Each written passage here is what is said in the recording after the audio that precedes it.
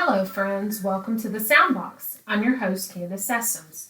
December has just begun, and as I'm making every effort to enjoy all that I can of the holiday season, I've decided that each week through Christmas, I'll present some of my favorite holiday old-time radio episodes. Today, I have one from Suspense called Back for Christmas. It stars the inimitable Peter Lorre as a botanist who is digging a devil's garden in his basement. I wonder what on earth that could be. Let's sit back and enjoy this thrilling tale of suspense, which first aired on December 23rd, 1943.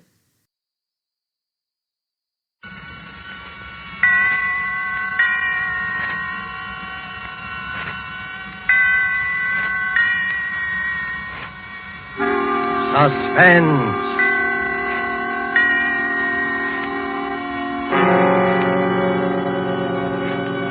Presented by Roma Wines, made in California for enjoyment throughout the world. Salute. Your health, senor. Roma toasts the world. The wine for your table is Roma, made in California for enjoyment throughout the world.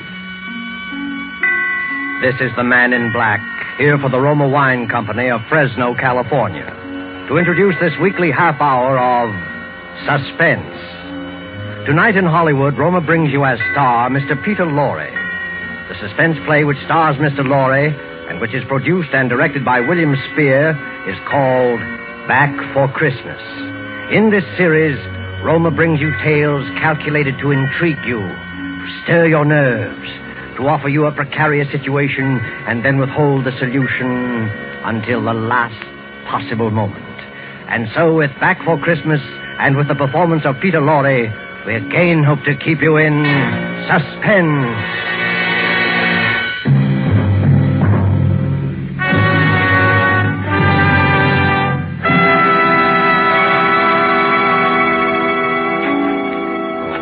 Jingle bells, jingle bells, jingle all the way.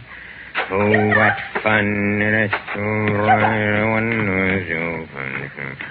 Yes, Maria? What on earth are you doing down here in the cellar? Oh, just doing a little digging. And why, may I ask, have you chosen this day of all days to dig up the cellar floor? Oh, I thought because the weather has been so damp, this would be a good time to plant that little devil's garden I told you about. Devil's garden? Whatever nonsense is that? Don't you remember that was my little joke about it? You see, I've managed to get hold of the spores of several unclassified wild orchids. In their wild state, they bloom under damp masses of leaf mold. The South American Indians call them devil flowers because they appear to bloom under the ground. Well, I'm sure the South American Indians will be very interested if you succeed in growing these ridiculous flowers under the cellar floor. Whom else it will interest, I can't imagine. Oh, what's that terrible smell? Oh, that's the leaf mold, chemically identical with the earth blanket they grow under in their wild state. And I want to get these started before we close the house. Do you realize that we're sailing for America a week from today, and you've made no arrangements whatever? Unless you call digging a hole in the cellar making arrangements. I certainly don't. Devil's garden, indeed.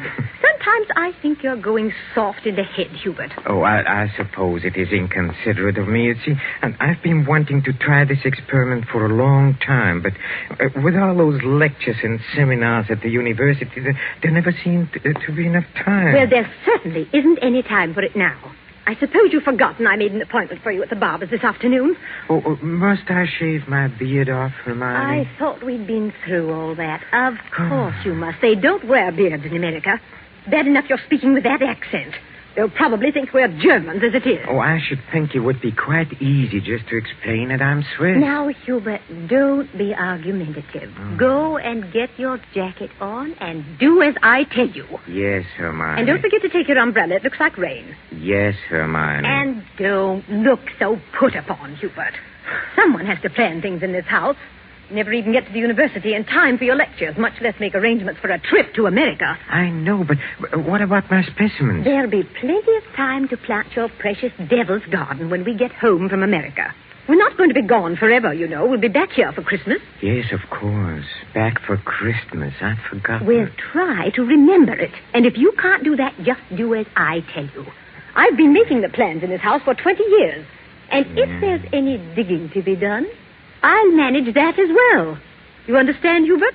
Yes, Hermione. Good. Now, you have just 20 minutes to clean up this mess down here and keep your appointment at the barber's. And when you're finished there, I want you to come straight home. All right. I wanted to stop at Miss Markham's and pick up some books I ordered. Well, all right. But don't loiter there the whole afternoon mulling over those old books the way you usually do. Now hurry and clear up this rubbish. Get rid of that smelly stuff. And no more digging, mind you. No more digging. I'll show her. I'll have my devil's garden, and if I... No more digging, eh? No more digging. Oh, 15 men on a dead man's chest. Yoo-hoo, and a bottle from...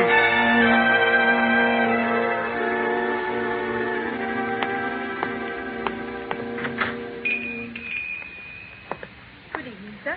Good evening, Miss Markham. Why, it is Professor Schumacher, isn't it? Do you like me better this way? You look ever so much younger without the beard. 20 years at least. 20 years. Oh, you'll be glad to know those books you ordered have finally arrived. 20...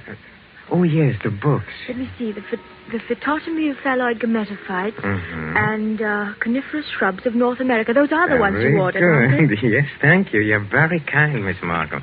Why kind, Professor Schumacher? Well, not many young ladies in bookshops would go out of their way to look up rare books for an old professor of botany. Why, you're not old, Professor Schumacher. Really, you look... What do I look like? And besides, I adore botany. It's my particular hobby. Oh, really? You've never told me that before, Miss Markham. Well, I was afraid to. You looked so imposing with the beard and all. Miss Markham, forgive me if this sounds foolish, but since talking with you today, I feel that shaving off my beard is the most important thing I've done for 20 years. Oh, it is. I'm sure it is. For 20 I'm so sorry that I've been so distant with you all this time. Oh, there were times when I almost spoke up. Mm-hmm.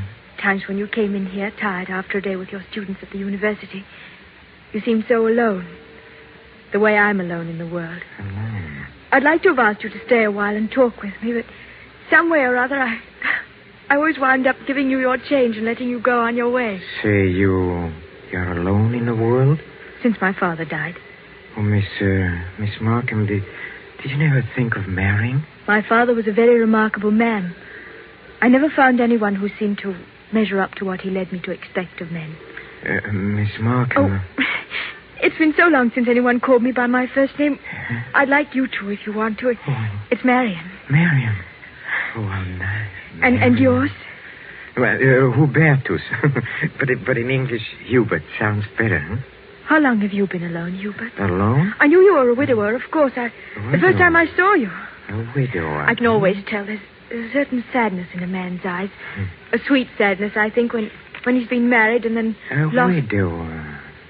I never thought of it in quite that way. Oh, I'm sorry. I shouldn't have been talking like this, I suppose, but I've often wondered what she must have been like. Your wife, I mean. Hermione? Not an easy woman to forget. Very strong. Always managing things.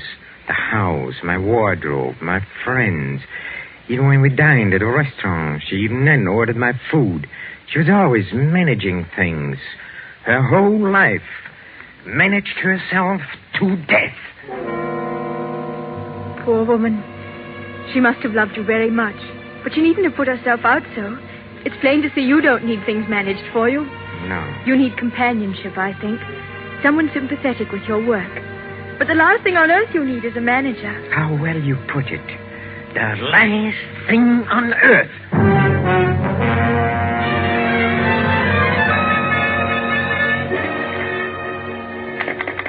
Operator, are you there? I'm still waiting on that call to Salisbury. Well, put them on quickly. Hello. Is this Paul Holt and Sons? It's Mrs. Hubert Schumacher. Did you receive my letter? Good. Now remember, we'll be back for Christmas and I want the job done without fail. What's that? No, I'm sure he doesn't suspect anything. Send it to me in New York as I instructed you, addressed in my name, of course. Yes. I've already put them in the mail. You'll get them tomorrow. Thank you. Thank you so much. Oh, here you are, Hubert. Where have you been? Oh, backstairs. I dismissed the servants. Dismissed the servants? Mm-hmm. But I've asked some friends of mine into a farewell luncheon. Go and tell them it's a mistake. Well, I'm afraid it's too late now. They've packed and gone. You have messed things up properly. How many times have I told you to leave things to me? I make the plans around here. Yes, Hermione. You'll have to do better than this when I plan the trip home, or we'll never in the world be back for Christmas. Back for Christmas. Back for Christmas. Must you keep saying that? Why not? We are coming back for Christmas, aren't we? Well, supposing I were offered a professorship in one of those wealthy American universities. Nonsense. Americans care nothing for botany. Well, Luther Burbank was an American, wasn't That's different. What have you ever done except muck around in the dirt with a lot of roots and tubers? he? Well, they asked me to lecture, didn't they? All right. Now, there's no use getting yourself in a state about this, Hubert. No doubt this extra money will come in very handy when we arrive back for Christmas. I know. Precisely. No good to make a joke of it. Heaven knows where you'd be today if I hadn't got a sense of time. Yes, Hermione. And as you've been so foolish as to dismiss the servants, you may empty the ashtrays and straighten up this room while we're waiting for the guests to arrive. I'm going in to have my bath. Call me when they get here.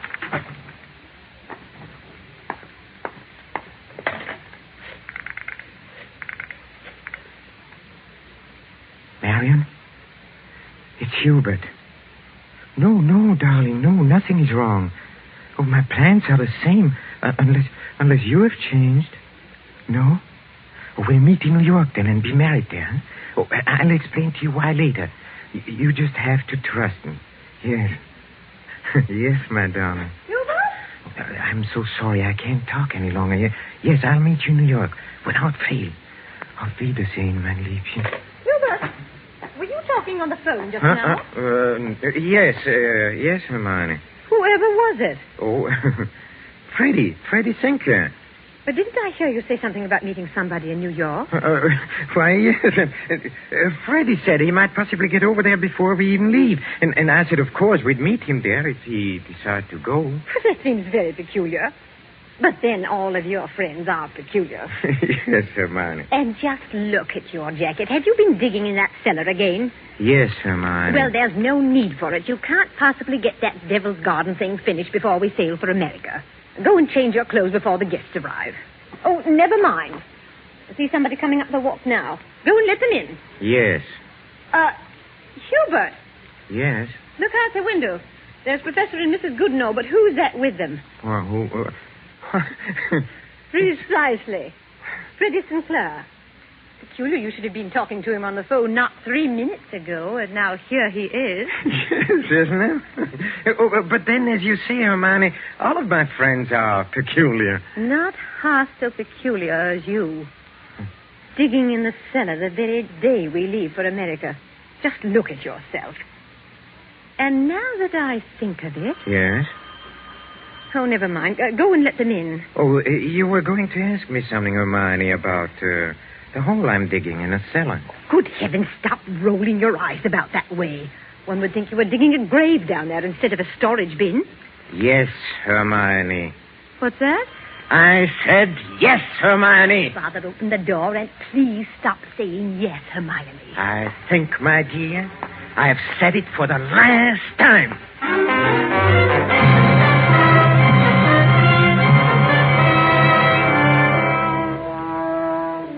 A professor of botany, his loving wife, and an oblong pit in the cellar.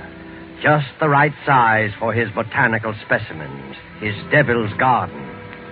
With these ingredients for a story of a perfect crime, Back for Christmas by John Collier and starring Peter Lorre, the Roma Wine Company closes the curtain for a moment on another breathless study in suspense.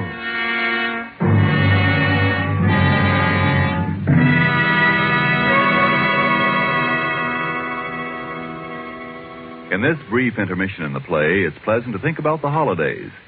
Not everyone celebrates the holidays against a background of snow and pine trees. Somewhere south of the Gulf and the Caribbean, in a gracious home surrounded by palm trees and the warm sun, You might find holiday dinners ending this way. One moment, please. Our North American guest wishes to propose a toast. Yes, mis amigos. I drink a toast in gratitude to you for your gracious hospitality and the enjoyment you've given me, an American so far from home. It is only a fair exchange, my friend. This wine in which you drink your toast, it brings enjoyment to us from your country, from America. It is Roma wine, made in your own California. Yes, and when you choose the wine for your holiday table, remember this. Only a few wines are so fine that many countries of the world import them. And among these greatly enjoyable wines are the wines of Roma, R-O-M-A, made in California for enjoyment throughout the world. Yet here in America we are truly fortunate, for we may buy Roma wines at a very low cost, since we don't have to pay import duty or costly shipping charges. So serve Roma wine with pride on any and all holiday occasions. Serve Roma, too, for everyday dinners you can afford to. Ask your dealer tomorrow for your favorite Roma wine, America's largest selling wine. But before you buy wine, buy war bonds. And now it is with pleasure that we bring back to our sound stage Mr. Peter Lorre in Act 2 of Back for Christmas. A tale well calculated to keep you in suspense.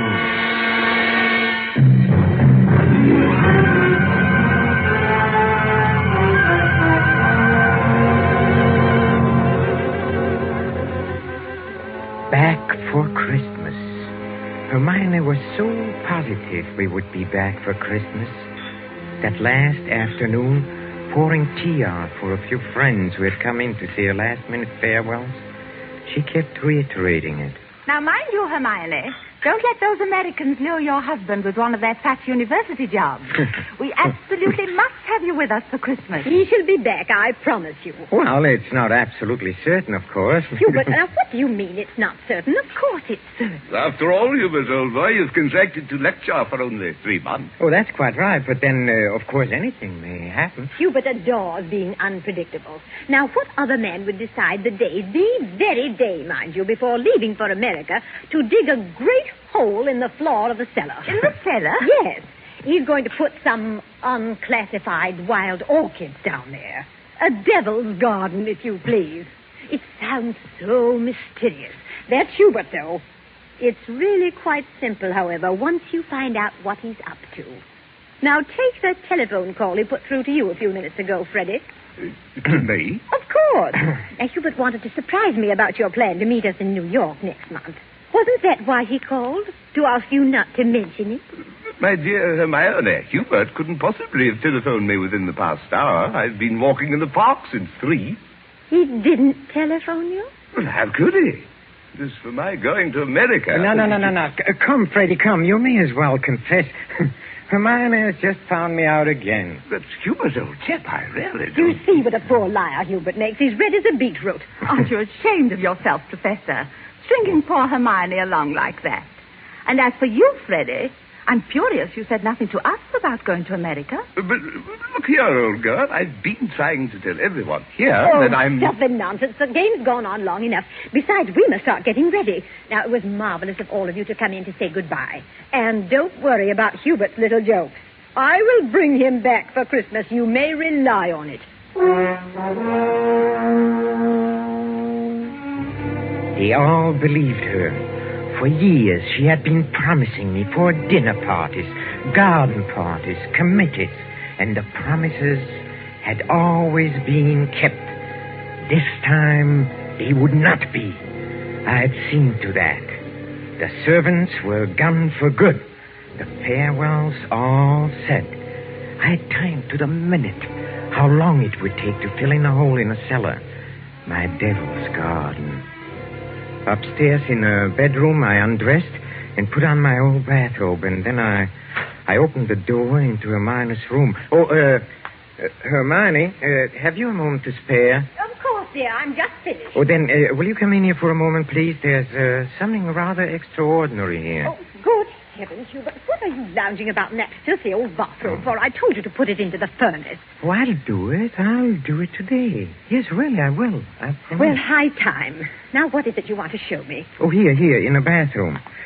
Just look. Who in the world do you suppose dropped a gold chain down the bathtub drain? Nobody has, of course. Nobody wears such a thing. Then what is it doing in here? I don't see anything. Well, look. I'll hold this flashlight here for you. If you lean right over, you can see it shining. It's deep down. Oh, such a lot of nonsense. Just as well. Well, I don't see it, Hubert. Go on looking, Hermione, in just a moment. Hubert, I absolutely refuse. Hubert, what are you doing? Take your hands off my neck. I will, Hermione. Just as soon as I've finished the arrangements for my trip to America. What are you talking about? You thought you were the only one who could plan things, didn't you? Didn't you, Hermione, huh? Well, I've been making some plans of my own this past week. In exactly 2 minutes and 16 seconds, you'll be dead. You see, I planned it very accurately. You'll never get away with it. Oh, I thought you would say that, Hermione, but I will get away with it. You won't mind the smell of the leaf mold down in the cellar when I take you down there today? Yes, that is where you are going, Hermione. Right into my devil's garden that annoyed you so much. My friends all expect me back for Christmas. They do. If they don't hear from me, they'll start asking questions. No, they won't. Because you'll write them letters, Hermione, on a typewriter, as you always do. They'll be signed H, in that neat, correcting way you always sign your notes to your friends. Here, let me up now. No! It won't work, Hubert. You were never any good at planning. Oh, but I have changed. I've learned from watching you all these years. The lecture people in America, they'll expect you to be traveling with your wife. I will be traveling with my wife, but not my present wife, Hermione. Hubert!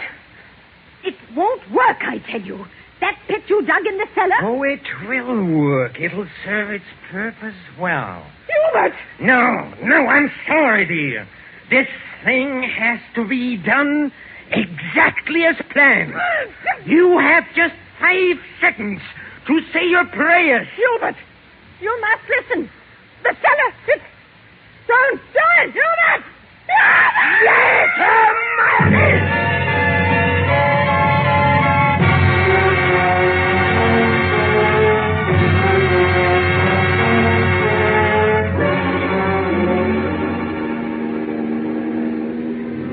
Oh, Stuart? Yes, sir? Oh, my wife, she's indisposed. She'll be taking her meals in our stateroom. For the old voyage, sir? Yes, for the whole voyage. I trust your wife is feeling better this morning, Professor Schumacher. A little. Not yet well enough to leave her cabin. Oh, what a shame. Oh, Professor Schumacher. Yes? Here's a copy of the radiogram you sent for your wife last evening. Oh, thank you. I'll just check it over. Oh, but look here. What? What's the matter? Did the typist make a mistake? No. It's nothing important. She can correct it later.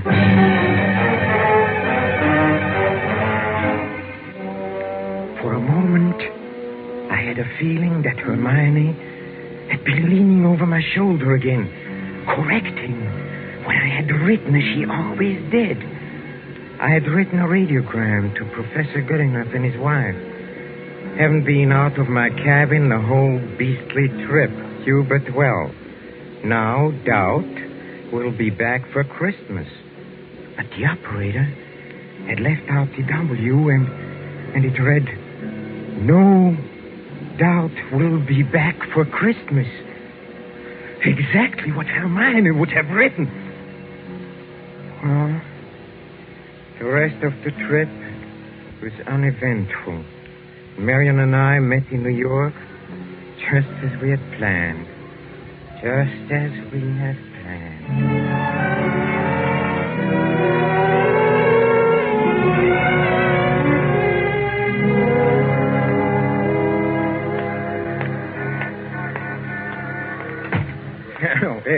Professor and Mrs. Schumacher, we have reservations, I believe. Oh, yes. We've been expecting you, sir.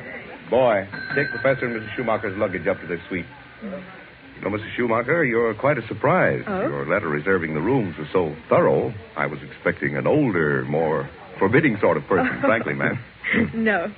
As a matter of fact, we're just married, but my letter reserving the room. Oh, I wrote the letter, my dear, and I signed it Mrs. Hubert Schumacher. Just a joke. What a cunning old fox you are, Hubert. Now that I think of it, I almost forgot. There's a letter for you, Mrs. Schumacher. That's peculiar. I wonder who on earth... Oh, well, we'll soon find out in good time. Come along, darling. Oh, we are keeping the boy waiting. Come on.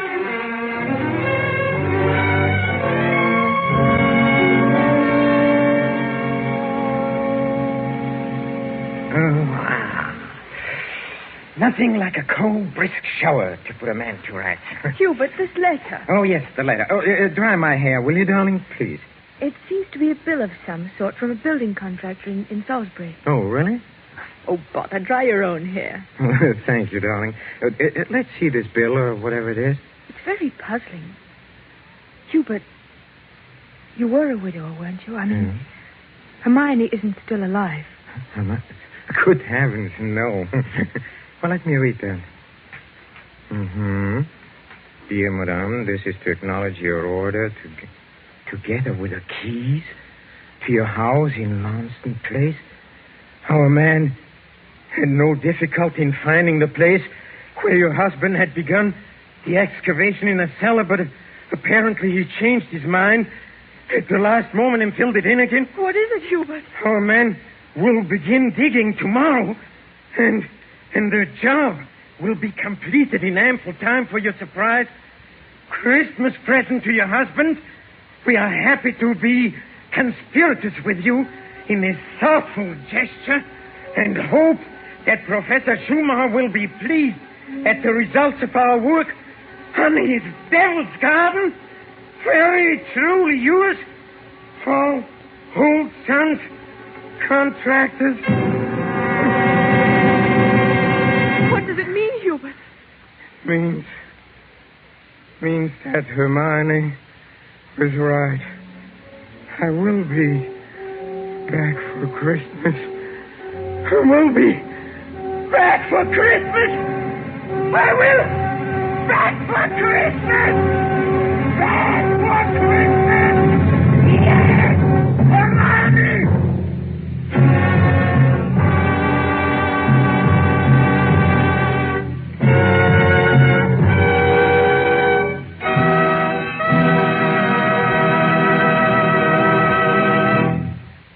And so closes Back for Christmas, starring Mr. Peter Lorre, tonight's tale of Suspense. In just a moment, we shall hear again from Mr. Lorre. But first, just a word that seems appropriate. One of the world's oldest customs is the Christmas toast, and traditionally, down through centuries of war and peace, the Christmas toast has been drunk in wine. This year, when the glasses are filled and raised once again, we know that in every home the toast will be to a speedy victory and a speedy return of those we love. And before we set the wine glasses down, let us all resolve to do everything within our power to help make that toast come true. Let us resolve to help supply the weapons of war by buying even more and more war bonds. Let us resolve to face our own inconveniences without complaining. And above all, let us resolve that when this war is at last over, each of us will exert all our effort to see that future Christmases truly express peace on earth, goodwill to men. This thought, together with our very best wishes of the season, is the Roma Wine Company's Christmas message for you, its friends, here in America and throughout the world. This is Peter Lorre. Thank you for listening to our suspense play this evening, and I know you're looking forward to next week's show as I am.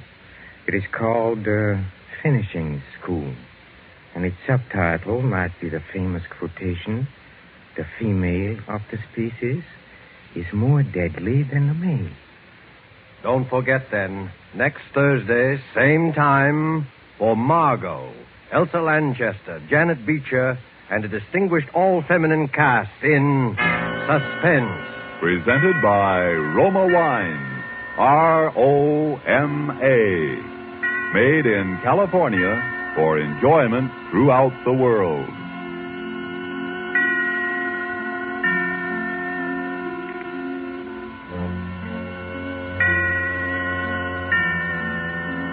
This is the Columbia Broadcasting System. I hope you enjoyed Back for Christmas. There is another rendition of this script for Suspense, that one titled Holiday Story, and it starred Herbert Marshall. Radio programs in the early days often reused scripts, even crossing over to use them in different series. I chose the Peter Lorre version of this one because there is just something about his voice that adds that extra touch of suspense. I hope you enjoyed this episode. Be sure to check in next time, where I'll be back with another dash into the past, Christmas time included.